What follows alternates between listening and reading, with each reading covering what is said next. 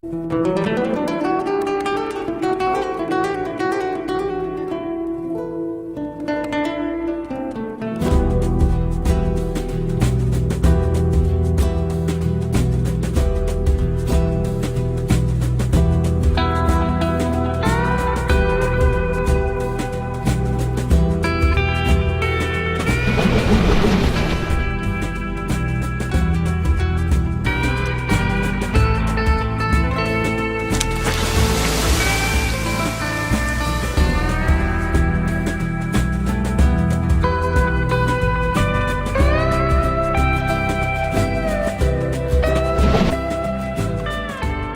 wetlands of Louisiana are spectacular. It's a region I adore. As a natural habitat and a fishing ground, they are truly precious. Without the wetlands, they say, there would be no Louisiana. Then earlier this year, a story swept the world, putting this paradise at risk and sparking a chain of events that threatened to impact on billions of people around the world. 11 people are missing after an explosion and fire at an oil rig in the Gulf of Mexico. Thousands of gallons continue to pour into the Gulf of Mexico. A rate of more than 500,000 gallons a day. Says the oil slick in the Gulf of Mexico is now the biggest environmental disaster. 11 men were killed and 4.9 million barrels of oil ran into the ocean, threatening the wetlands and all who depend on them. As far as I'm concerned, BP is responsible for this horrific disaster, and we will hold them fully accountable on behalf of the United States, as well as the people and communities victimized by this tragedy. BP threw everything it had at the problem, but few people expected the success that was claimed just a few months later. As news emerged that the bulk of the oil from the leak has either evaporated or been contained. Tonight, President Obama signaled the beginning of the end and confirmed that 75% of the escaped substance was no longer in the ocean.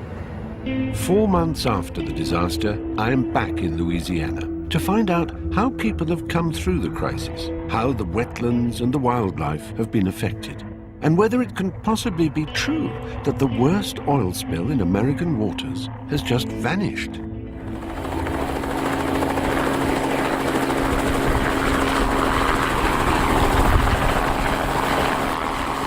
The weather's going to hold off, Stephen. Well, it looks reasonably good. It certainly looks good over there. I don't know which way we're going. I am joined on the journey by the zoologist Mark Carwardine. Mark is passionate, skeptical, and has little faith in big business and its capacity to take care of the environment. I wonder if this trip will change his mind. To begin with, to find out if the oil has really vanished, we are heading out to sea.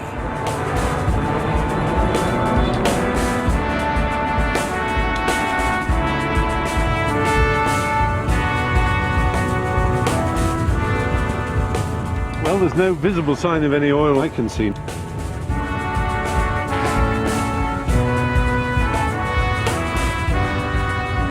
We fly across the wetlands and out over the Gulf of Mexico, and the stories appear to be true. Almost 5 million barrels of oil are nowhere to be seen. But there is plenty of evidence of the oil industry. I knew that there were lots of platforms and drilling rigs out here, but you somehow aren't prepared for the sight of it. There is nowhere you can rest your eye which doesn't fall on platforms, on ships plying between the platforms. It's like a kind of city of these Meccano constructions all planted in the sea. It's absolutely amazing. Gosh, it really brings home to me the extreme nature of oil exploration and oil drilling these days. You know, most of the easy oil, easily accessible oil has gone. It's a very hostile environment, isn't it? And as oil becomes scarcer and scarcer, I suppose it'll be more and more common for these kinds of environment to be used. And of course, the attendant risks of leakage that come with them. Of the 3,500 platforms in the Gulf of Mexico, the ill-fated Deepwater Horizon oil rig was extreme. Way beyond these rigs, it stood 50 miles offshore in water almost a mile deep, tapping oil 6 miles beneath the ocean floor. 2 days after the explosion, it sank to the bottom of the sea. Like drilling for oil in outer space. Looks pretty bad, that weather we're heading into, doesn't it? It does. We've been warned by the pilot that the weather in the Gulf can close in quickly, and we should be ready to turn back at any time if things take a turn for the worse. I think we can turn round now. We're going to head right into the storm. I think we'd better. Do you want to have a look? Oh my goodness, right there. That's nasty. The great depth of Deepwater Horizon's well isn't the reason we see no oil on the surface. That is significantly down to a controversial but apparently effective strategy of adding almost 2 million gallons of a dispersant known as Corexit to the ocean near the well. Corexit is designed to break up oil slicks. Instead of floating on the surface, the oil mixes with the water, becoming suspended at depth in tiny droplets in the hope that it will disperse on the currents. Corexit is considered by some to be itself toxic in the environment and is illegal for use in most of Europe.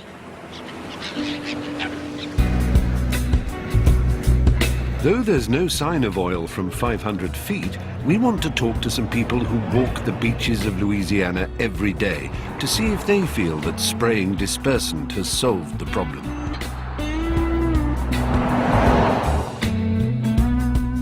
Grand Isle is a frontier town. It is located on a barrier island in the vast wetlands 2 hours south of New Orleans. The houses are built to survive the dramatic rise in sea level that accompanies the storms that frequently pummel the island. Life here is intertwined with the sea.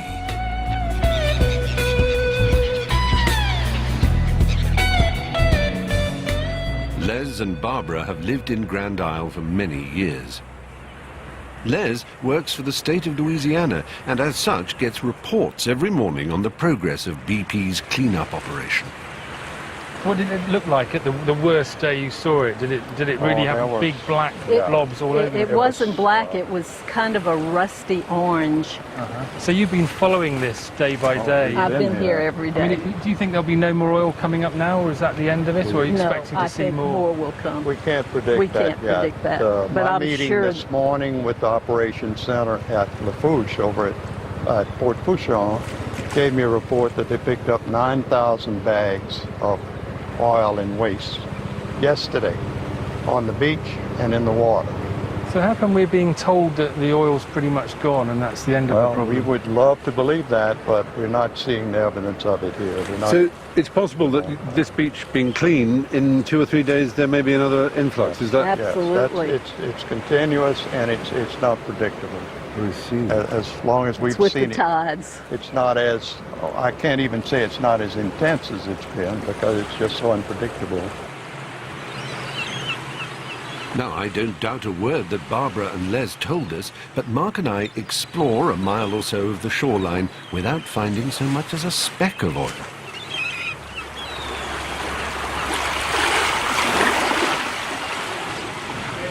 The next morning, I'm going through some of the latest scientific reports on the spill to see if there's any basis for the suggestion that oil is still washing ashore. Ah, I say, beignets.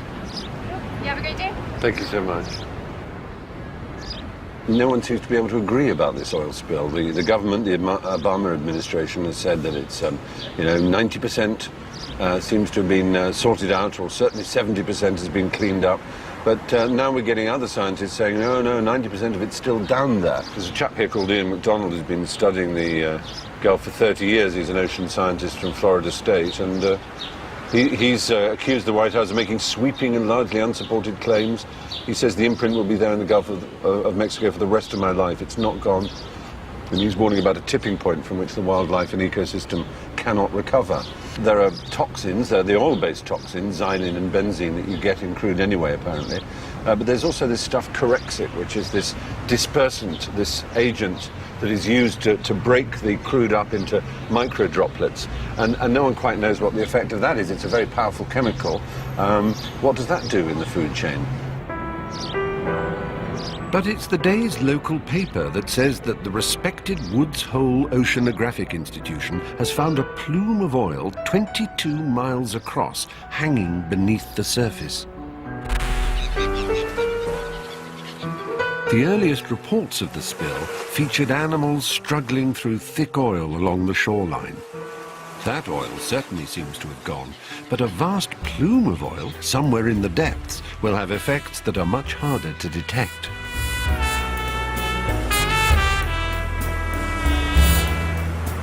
Hello. Hi. Welcome to the Institute for Marine Mammal Studies. Hello, Dr. Stephen. Connie Chevis. Dr. Connie Chevis has been receiving animals that seem to have been affected by a plume of oil. Come on into our treatment room. All right, let's get turtle number 57. Since the spill, a spate of endangered turtles have been turning up injured by fishing hooks. Incoming. I can take that. This is number 60.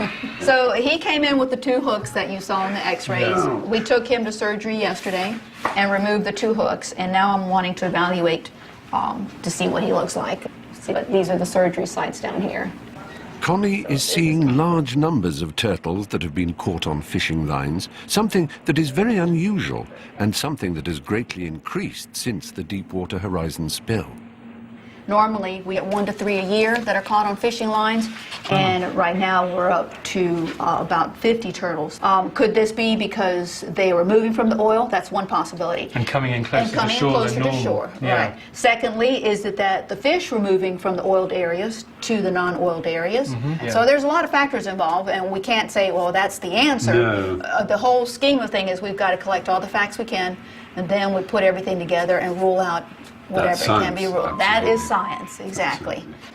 Critically endangered Kemp's Ridley turtles are the smallest and rarest sea turtles on Earth. Once the hooks are removed, everything is done to give each individual the best possible chance of survival. It's exactly the same as one you'd use for a baby. Don't you love it? That's great. It's still alive. Nice steady beat, that. But based on your experience the last 6 months or so, what's the prognosis for number 60 here? I think it's got a very good prognosis. Yeah? Yeah. Okay, so is there a certain way of holding it? Just like this. Yeah. Yep, just make sure you got a good grip. She's pretty slippery. Got it. It's quite heavy. All right, yes. Got it in the water. Okay. Oops, sorry. This is our exercise pool. Right, These turtles are going to be released soon, so we go. want to make sure they're conditioned to be able to swim. Wow. Oh, look at that. He's racing away. Look at that. You've done a good job with this one. Power. They count their laps. Lovely. Yeah, this, they isn't it? need Look at the that. exercise. Yeah. I'm Really a firm enjoying believer in conditioning and getting us in shape. We don't throw somebody out to run a marathon without getting in shape. No, do we? no, that's true. Stop Or looking to at me when survive you... in the wild. Stop looking at me when you say, oh, you weren't looking at him too. yeah. That's true. Not really.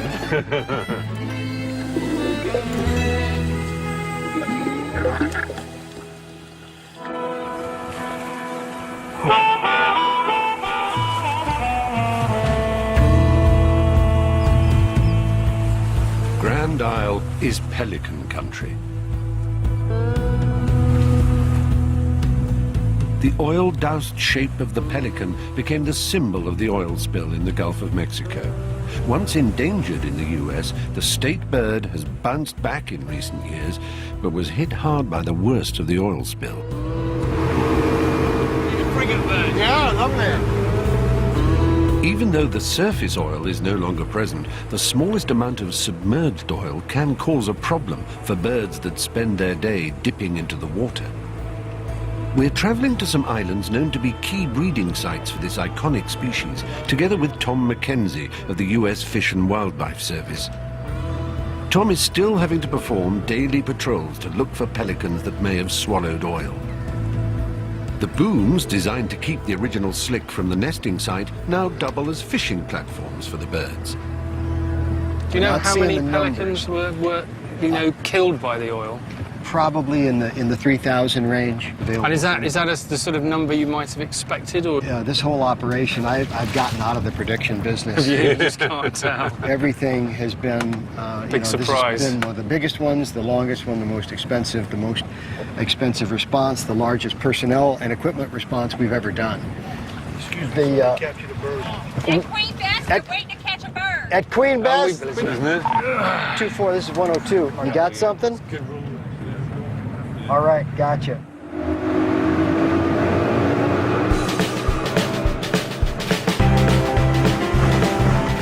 A patrol boat has reported a sick pelican that may have swallowed oil.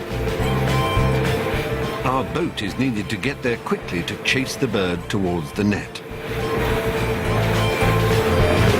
looks like they're still watching it from there. Yeah. That's our target bird, right there. All right, so what's going to happen now is we're going to act as a chase boat where we're going to herd the pelican towards the capture boat here. So we just keep on going straight. You're going good. There you go. A little bit to your right there, Captain Lou. There you go. Yeah, I think it's this guy here. And pull up a little bit. Wow, that's been done before, hasn't it? Hold up. What's actually wrong with it? It obviously can't fly, but I think there's a... You got him. You got him. Oh, well done. There you go. Well done. That's fantastic. There you go. You really know what they're doing. The first thing he's doing, he's going to control that beak. Yeah. Because even if they're immobilized, they have a very sharp beak. Powerful beak. Yeah. Not so much powerful, sharp. Right. It'll slash you. And I've got really? one of our good friends is still sporting an 8-inch scar on her arm from that. So we don't want people to try this at home. They control the head. Is this a typical reaction? It doesn't seem to be fighting back. They're weakened. They're in a weakened state. Go willingly. And it's like some of these are also very young birds. Plus, he's being very well handled, isn't he? They know exactly which places to hold him in. Yeah, they're keeping it in. I'm sure if Mark and I tried to do it, there'd be a different story. Thank you very much. Good luck. Good luck, little pelican. The birds are then handed by the US Fish and Wildlife Service to a rehabilitation center run by specialists in cleaning oiled birds, but funded entirely by BP. We called to arrange a visit and are offered a slot on one of a series of pre-arranged media tours. It's huge. What a huge facility. It's gigantic, isn't it? It is like an aircraft hangar. Yeah. There's a clean side and an oiled side. And we're not seeing... We are instructed not to look into any crates or to stray away from the guide. This is not the kind of place that wins the confidence of people who feel like someone might have something to hide. All the effort. Look at it. So one person's basically holding the pelican's beak. And it is in a sudsy bath. Yeah, I mean, they basically use dilute detergent, washing up liquid. And the wash process will take anywhere from a short time to 20 to 30 minutes, and then they're moved over to the rinse. It's like a sort of setup to you, sort of like a media tour, one pelican all ready to go. It doesn't feel like a sort of... I don't know. I'm going to have to present the other side of the argument. I know you have a lot of doubts and a lot of worries about this thing. On the other hand, you always have to say, well, what if they did the opposite? I am super cynical, and I think my big problem is, you know, you look around, a lot of people come in and they just believe everything that they're being told, and it'll be fine in a few days and released, all happy, and everything's all wonderful. And I do feel that, you know, that's a very simple and very naive message, and you know, we need to look much deeper than that to actually find out more about what the reality of the situation is. Yes, I mean, the question there is, I suppose your real point, and I understand that, is who do you ask?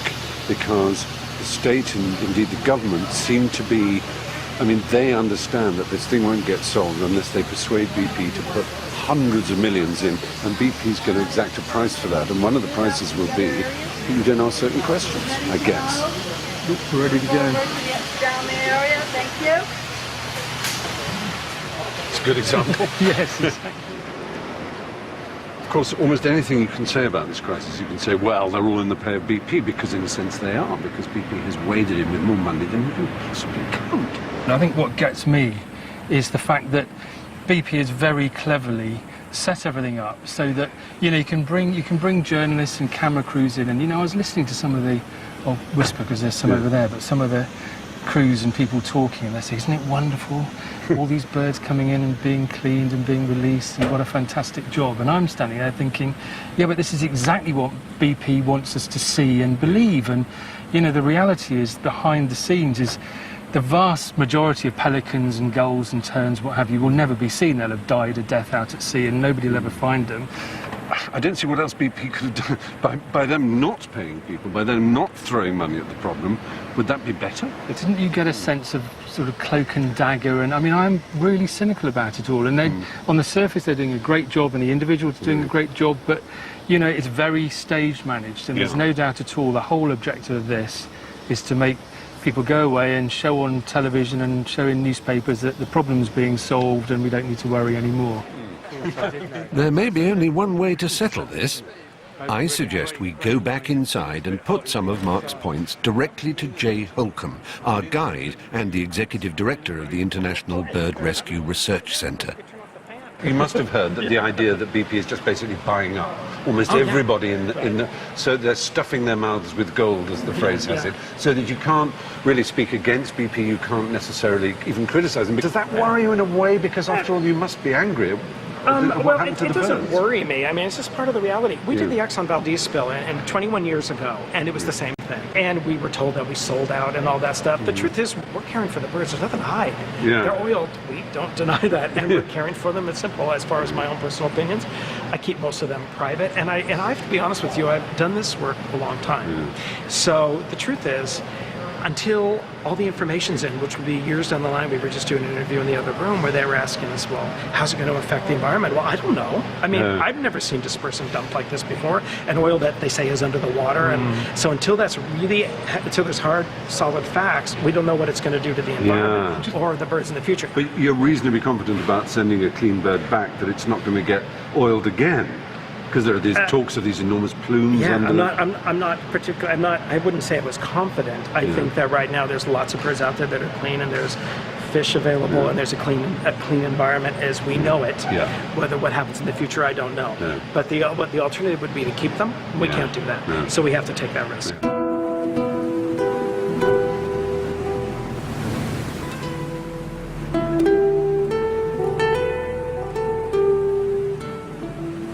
I'm concerned that Mark is coming to the story with an overly suspicious view of oil companies.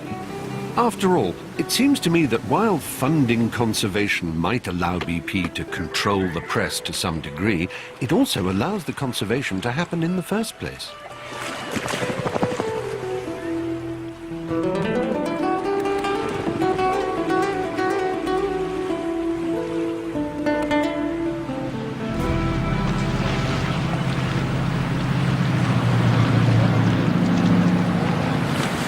As the day comes to an end, Mark explains why his view of the 6 global big oil companies is less than sympathetic. There's a handful of big oil companies, and when it happens in other parts of the world, with some very specific examples, nobody gets to hear about it and nothing is done. I mean, in Nigeria, in the Niger Delta, where there's a lot of oil, in fact, 40% of all American crude oil imports come from Nigeria. Really?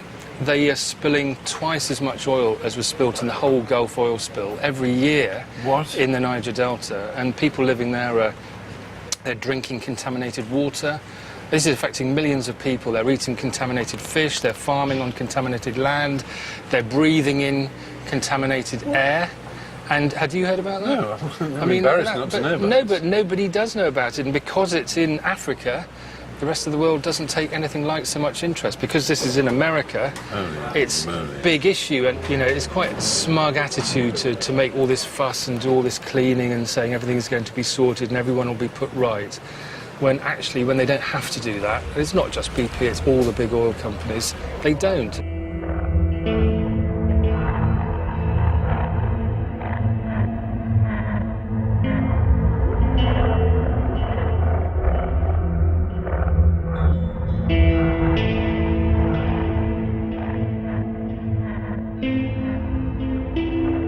Though BP were not responsible for that spill in Nigeria, here in America, they vowed things would be very different. So far, this cleanup has cost the company no less than £7 billion and counting.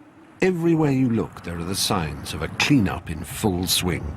To get a sense of the scale of the operation, we accept an invitation from BP to visit one of the centres responsible for cleaning everything that comes into contact with oil at sea.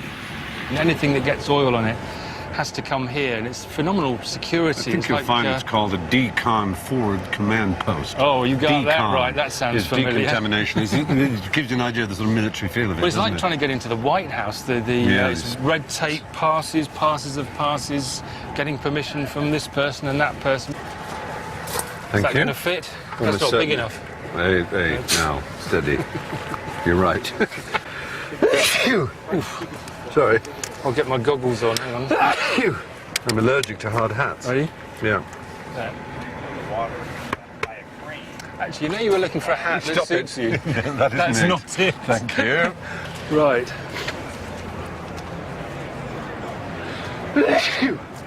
With 45,000 square miles of fisheries still closed, this vast response will be in full swing for several months yet. It's a gigantic operation, isn't it? I mean, really, just the logistics of getting all this stuff in one place. How many miles of booms were actually deployed altogether? Is there a figure for that? In Plaquemines Parish, we deployed about 550,000 feet. Over 500,000 feet. 500,000 feet down here alone, and that's just this type of hard boom. I've got an app for that. Is there somewhere that stores miles and miles of booms? They do store many miles of it throughout the country and for smaller oil spills, but with the scope and scale of this event, manufacturers all over the state started manufacturing it for us. Really? 104 miles anyway. 104 miles, just in this little parish. Just in this parish. Just in this parish. Wow. It feels strange to think that these seemingly insignificant black pieces of sludge are what this crisis is all about. And strange to think that what was once a highly prized commodity is ending up being scrubbed away as some of the most reviled dirt in America. That's the stuff we've been talking about, all the bits of actual crude oil stuck onto the boom there. That's been deep out to sea and it's been floating there and it's accreted this. This is it. That's the irony, being the only oil we see is being cleaned off the booms that are solving part of the solution to the problem. These are the big issues, out of sight, out of mind. Because you can't just go to the sea and see a big slick, which would be very dramatic. It's not there, it's below the surface. It's hard to gauge how serious it all is. Yeah, that's the important point, is that because it's an underwater leak, it produces what they call a plume. But it's not like the slick that we're used to from the breached hull of a carrier, which is, a much more sort of easily seen surface film of oil. Very different. And one of the things, of course, is you can look at a sea and you can't tell whether it's a thriving sea or a dead sea just by looking at the surface.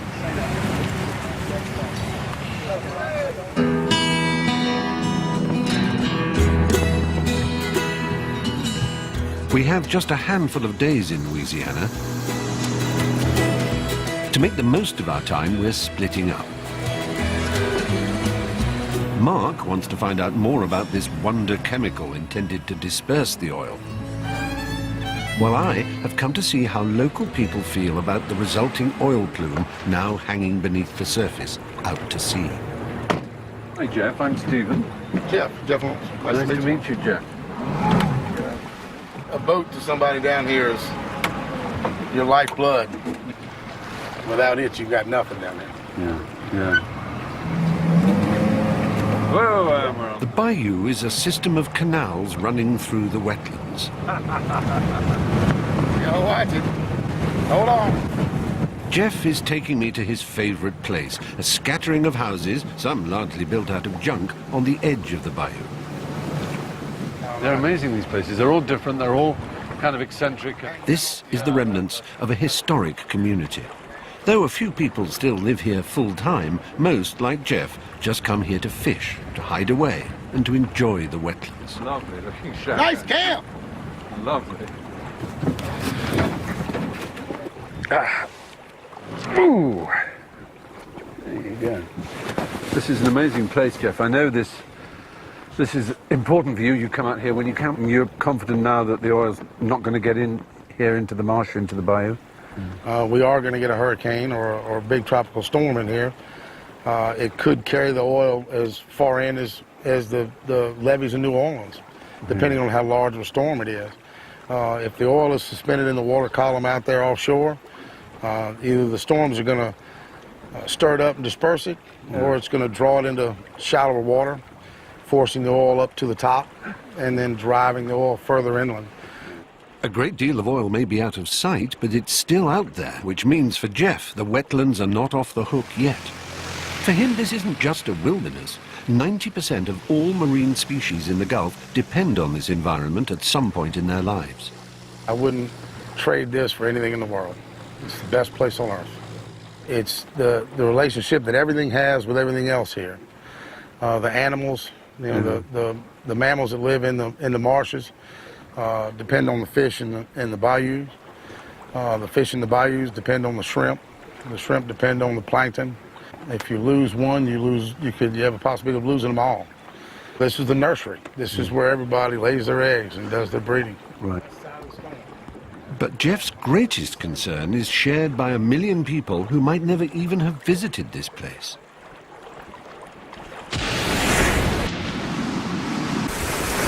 When hurricanes hit land, they quickly lose force. The city of New Orleans is close to the sea in a famously active hurricane belt. Though nothing will stop the worst storms, the wetlands are all that stands between the city and the brunt of the annual hurricane season. Scientists now know that if the wetlands are eroded, then 1 million people will be vulnerable to deadly and increasingly regular events like Hurricane Katrina.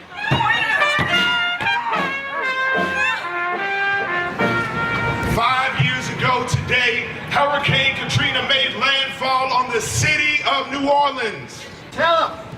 Now we're going to bury some of these items here from the past. The list of excuses. And speaking of excuses, BP, we're going to put this in the box as well. Ladies and gentlemen, let's put her to rest. By chance, Mark is caught up in events marking the 5th anniversary of the hurricane.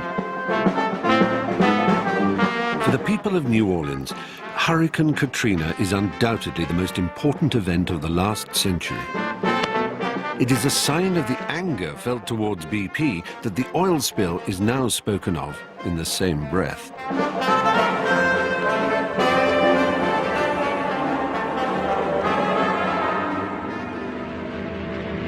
Mark has set out for the Louisiana State University to meet Professor Ed Overton, a leading authority on all aspects of the oil industry.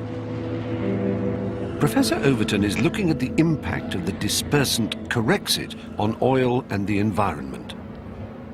What you're doing is you're trading impacts off. You're saying more impacts offshore versus less impacts onshore when you disperse oil. Was that a good idea? We don't know yet. It's a catch-22. Do you risk the shore or do you risk the open ocean? That's right. I tell everybody that dispersant use is a horrible idea.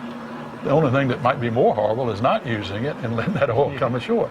So you just got to hold your nose and make a guess.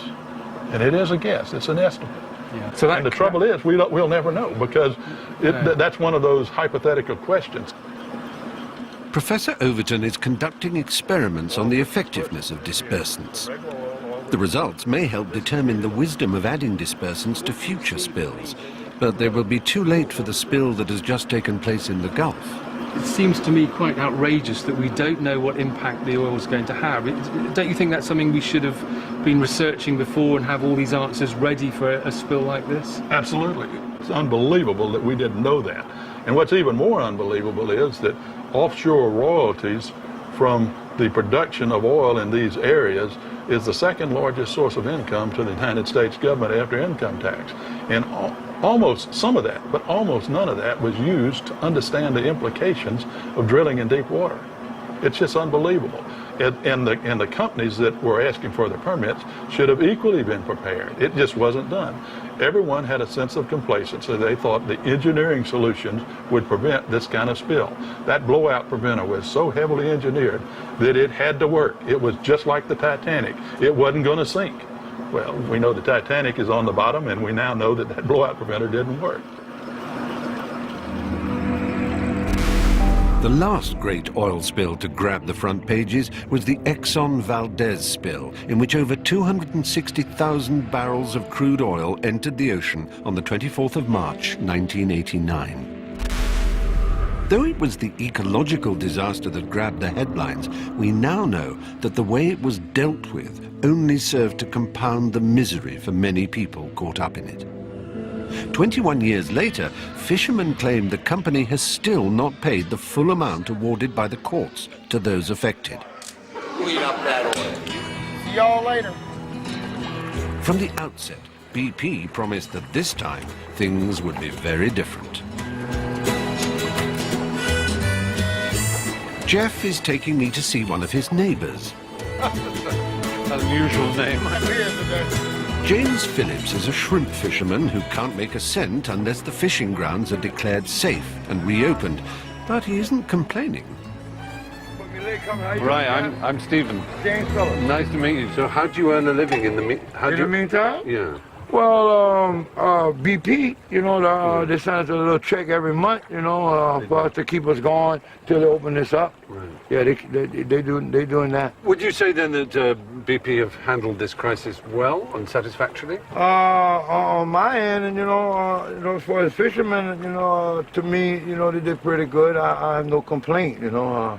I can't speak for all the rest of them, you know. No, I understand. Yeah. And are you being used in the cleanup operation? Yes, sir. Yeah, they use us to clean up, to go clean up. So when you're not fishing, you're being paid to help with the cleanup? Right. No, they paying us both ways.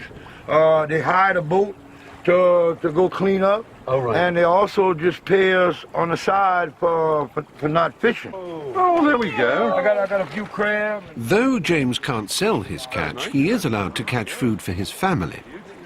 Being compensated both for the use of his boat and for loss of earnings, it may be true to say that James and his family have never had it so good. Thank you, James. Good luck. At its height, BP were receiving 1,500 claims every day for compensation against loss of earnings, and they have paid out over $300 million to date. Though most of the claims came from fishermen, some also came from waitresses, dock workers, electricians, and one was from the Mimosa Dancing Girls strip joint, claiming that fishermen could no longer afford to frequent the club.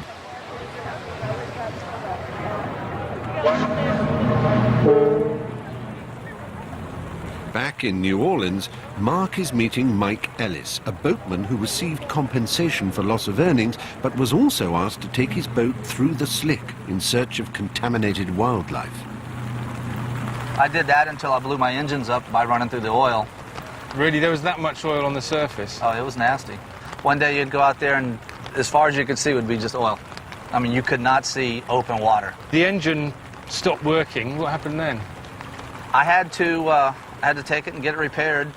Which they paid for, presumably? No, they still haven't paid for that. Really? I'm still out. I mean, I had to put another set of engines, $40,000. Really? It completely destroyed the engine? Yes. So what did they get you doing then? Whatever they needed. You're seeing what you do, and the only thing that you know, destroyed. And you're forced to put on a smile and basically chauffeur the people around that caused you all this trouble. You can't come in and destroy all of my stuff, all of my friends' stuff. Everyone I know fishes. You can't come in and destroy our world and expect us just to be all happy and cheerful about it. Everything I do and everything I have done is now wasted. I've got so much money invested. I've got a house down there. I've got a $200-something thousand boat. And it's all wasted now. All of the last 7 years is gone down the drain. They've taken all of that from me. And having such a big impact on your wife and kids as well, indirectly. Yeah, it's really, obviously really upsetting you. Is it because you feel so helpless? Well, that's the part you don't like. You know, when your wife calls you crying. Or you've got to pay bills, so you got to take money out of your child's savings account. Is that what you've had to do? Things are that desperate? Yeah. You know, I can be mad at them and everything like that and despise them. That's, you know, I can deal with that. But when I've got to take from my daughter, Though the surface is clear, it is the plume beneath the surface that now prevents Mike from deep-sea fishing, and nobody can predict how long that will remain.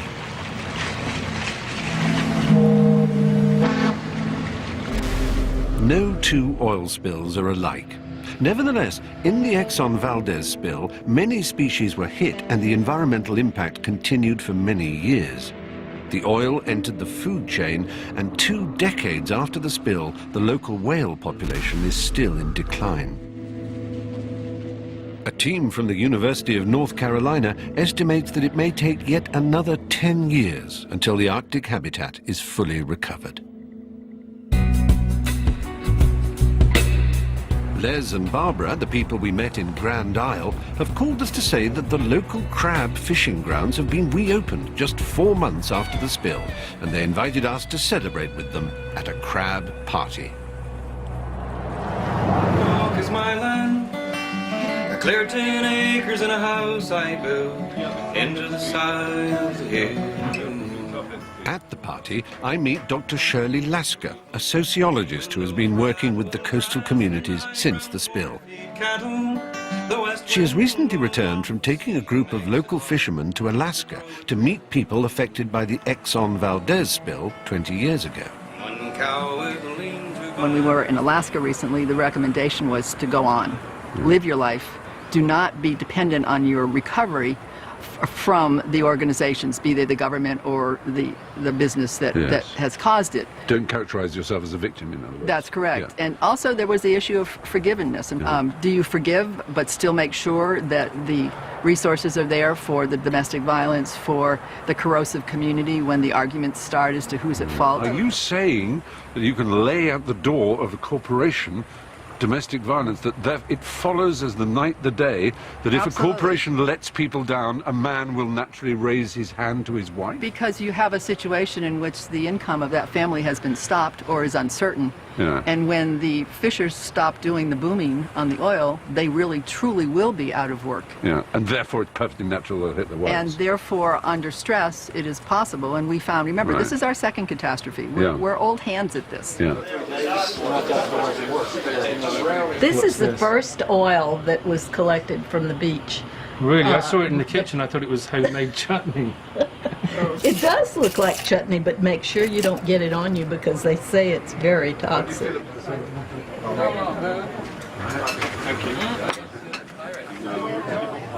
This whole thing was not BP's fault. It's not. It's my fault. It's Betsy's fault. It's your fault. Yeah, it's your fault. Yours. It's your fault. It's all of our fault because we demand. We've become hopelessly dependent on petrol, oil. Look, BP made a mistake and they're paying for it and they're bending over backwards. I want to say it to the world that, you know, they've done a great job, you know, of tapping that well and making it right. Take one. Oh, we got crab. Oh my goodness. Do I just grab one? Wow. So we've got a guinea pig here. The government says they're safe. We're all going to watch you. Okay. Which are the bits I can eat? Take it. Oh, I can eat that. Yeah, you can peel that shell back. You know, it's like eating birds. Oh, that is delicious. I have to say. Far be it from me to criticize nature, but there's a lot more packaging than product, isn't there? Crack it. All right. Oh, that? that is good. See? All right, you see it? 2 weeks ago I couldn't have eaten this because the government deemed it to be unsafe. This week it is apparently safe. If tomorrow morning I'm found heaving my guts up somewhere, we'll know the government was a little premature, but I'd say it tastes very good. The only constant thing on this trip is that we keep running into paradoxes and contradictions, which perhaps should not be surprising in remote, nostalgic seaside communities who have come to depend on the giants of a global industry. South Louisiana, at the end of Highway 1. My daddy took me fishing, Grand Isle, when I was young. And I can't remember all the fish I caught that day, 'cause all that I could think about was the one that got away. The following day, Mark is up early. He's been trying to contact some researchers looking into the effects of the oil plume out in the deep ocean.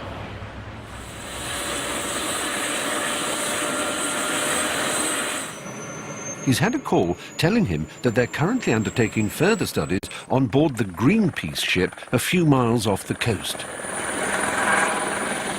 I don't know if it was the early start, the forecast of violent storms at sea, or the fear of the crabs rebelling, but I decided that this visit was something Mark needed to do alone.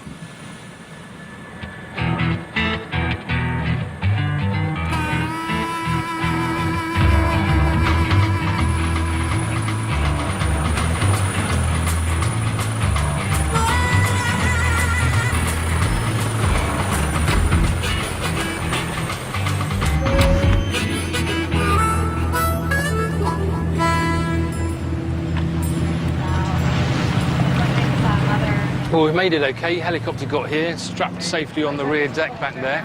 But look behind it. This most horrendous storm just following us around. We're going to go out on a boat with a whale researcher who's looking into the impact of the oil on the cetaceans in the Gulf of Mexico, and we are going to get absolutely soaked. Do I hold on to this? Okay.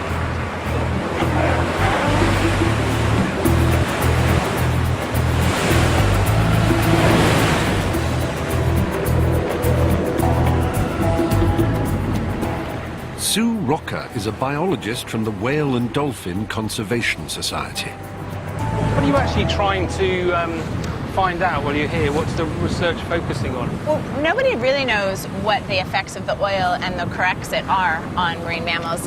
That seems extraordinary. Isn't it? There was, after the spill, in the Exxon Valdez spill, the two orca whale populations decreased by 33 to 40% respectively. So, I mean, given that, there might be quite an effect, but it depends on length of exposure to oil. So what we're trying to do is we're looking for skinny individuals whose prey source has been affected. So you have to get close to the whales and you look through binoculars and then you just judge according to a healthy looking whale. Right, well that's why we're on these little boats, because we do need to get close to them to photograph them, to get skin lesions, particularly, you know, around the blowhole, the eye, those mucousy areas. And what does that then indicate? Is that just not getting enough food, or is that? Well, no, those would be, those would be long-term exposure to oil or Corexit dispersed since big wave. Everyone's okay? Yeah. Turn to the ship. I'll tell you when. Copy that loud and clear. So we have go ahead and return now, Phil. Return now. On our way back. We have a water spout just on the starboard side of the Arctic Sunrise, just touched down. Yes. A water spout, that's serious. So everybody's secure, hold on, we're going home. Do you want us down? Yes, please, boat down, let's go.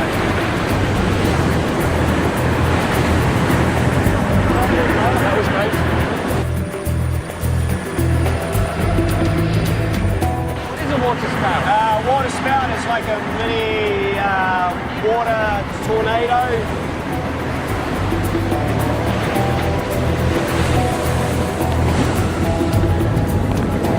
We have a large squall about to hit us.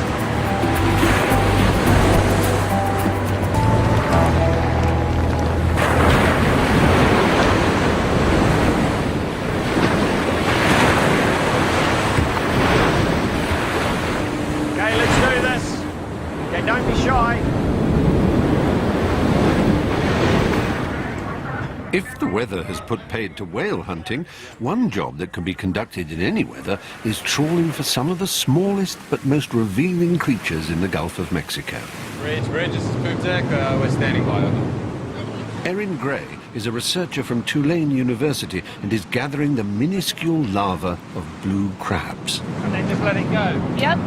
These lowest specks in the complex food web are said to be keystone species that reveal the impact of oil on the least understood ecosystems out at sea. Okay, just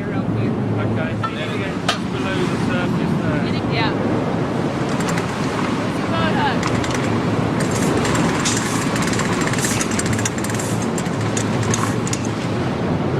That's it?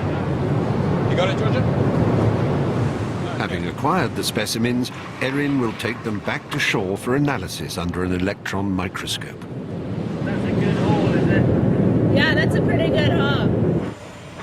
As we're comparing samples that we've taken from near the Deepwater Horizon wellhead to samples we've taken far away to try to compare those larvae and see if they look different. And what sort of things have you been seeing? Have you seen any sign of any damage to them?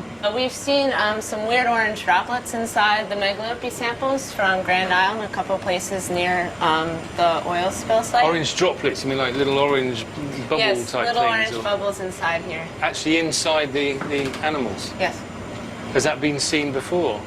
No, actually we haven't ever seen these orange droplets inside the Megalope before, so that's why we're working pretty hard to figure out what it is. So logic would suggest that's got something to do with the oil if it's the first time they've been seen? Yes. So what sort of impact might it have on the ocean in the Gulf? It's going to have a huge impact. First off, there's billions of crab larvae out there, and secondly, everything eats them. Everything from redfish to spotted sea trout to other blue crabs will eat crab larvae. So if the oil has had a big impact on the plankton, then we're likely to see that impact spreading throughout the whole ecosystem and probably for years to come. Yes, I believe so.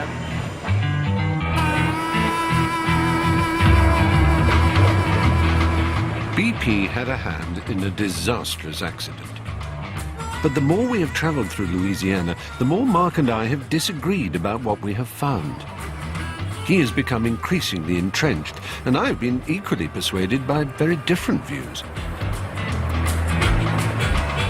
In a final attempt to resolve things, we have a chance to take this to the top. And first, let me simply say I would like to genuinely thank the Schwester. Mike Utzler is the Chief Operating Officer of BP's Gulf Coast Restoration. He's giving one of BP's regular press conferences on the status of the cleanup, and we have been promised a few moments with him at the end. Hello. Nice to meet you, Stephen Fry. Steve, Mike Utzler. Nice to meet you, Mike, and thanks for seeing us. I'm sorry Mark, about how was that. he? I had this sweat spill. Not a problem. I understand how this works, believe me. Yeah, it's very nice of you to talk to us anyway. Oh, it's my pleasure.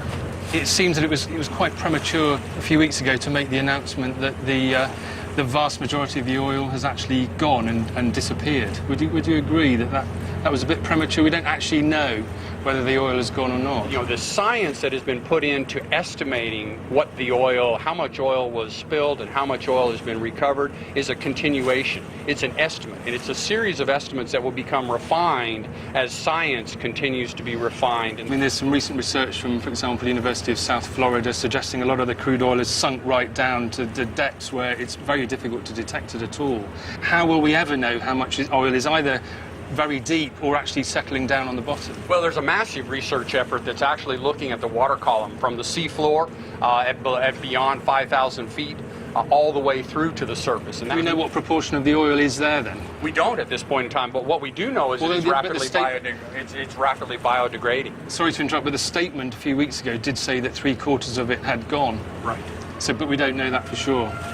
We know we can estimate based upon that scientific data and that understanding as it continues to mature that the vast majority of this that wasn't captured mechanically, that wasn't evaporated and dispersed, was then spread into the water column. The plume is actually disappearing. The plume is being biodegraded, that there is a new form of microbiology that is attacking this plume and using it as a food source. Just to bring it back to the... Sorry. Thanks, guys. Weird. Okay. Thank you. Well, no, I realize we could go on forever, but it's very kind of you. Thanks for your time. Thank you. I do understand you're one of the busiest men on the planet. That's probably true. Thank you. Thanks, we appreciate it. Absolutely.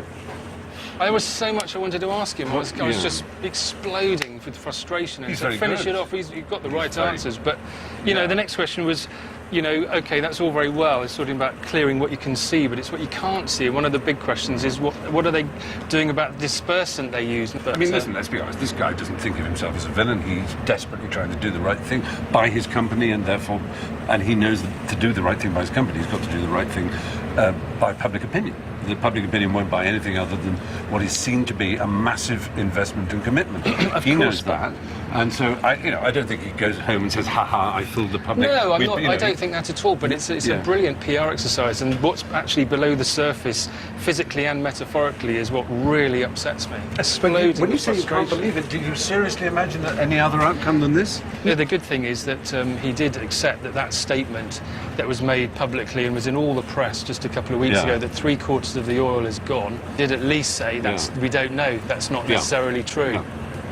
It's more complicated than BP are simply dyed-in-the-wool villains who are trying to obscure what they're doing. It's more complicated than that they're just good guys doing a proper job. I'm afraid it's human-shaped. It's not, it's not fiction-shaped. It's got all the messiness of a real crisis, and that's a mixture of incompetence, courage, failure, stupidity, brilliance. All these things come together in the way that they always do with human beings. But I still believe the oil companies are the villains to a large degree.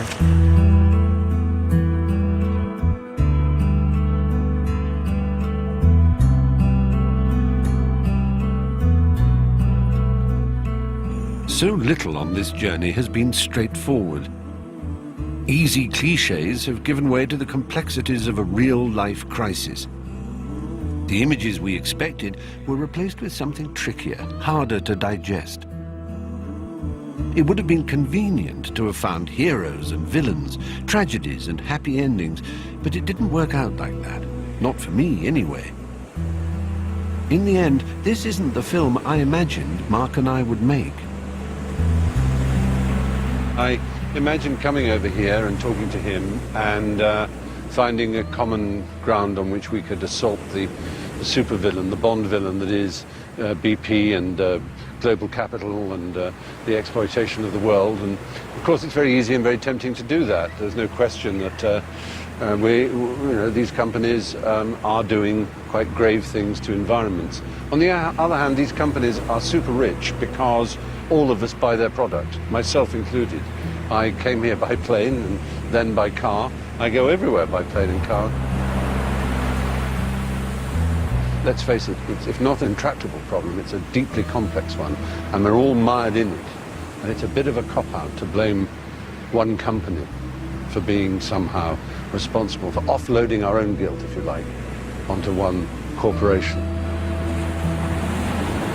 I feel really, really strongly that big oil companies like BP and Shell are hugely to blame. They're big companies, all they're interested in is making profit. They don't seem to have any responsibilities. They talk clean, but they act dirty. And this is a very good example here in the Gulf of Mexico, where when the blowout happened, it took months to find a solution. And my feeling is they shouldn't be able to do that kind of drilling, that frontier on the edge drilling for oil, unless they have solutions to hand. Whether the blame lies at the door of huge corporations or everyone who ever set foot in a car, there is one thing we do agree on. There is a price to be paid for this tragedy. 80 years ago, the first offshore rig had yet to begin drawing oil, and according to current estimates, in 80 years' time, the last drop of oil will have been drawn from the ground. We live at a historical fulcrum, the height of the oil boom. We live richly on it, without fully understanding the costs it imposes. We will have to hope that the future will not judge us too harshly for that.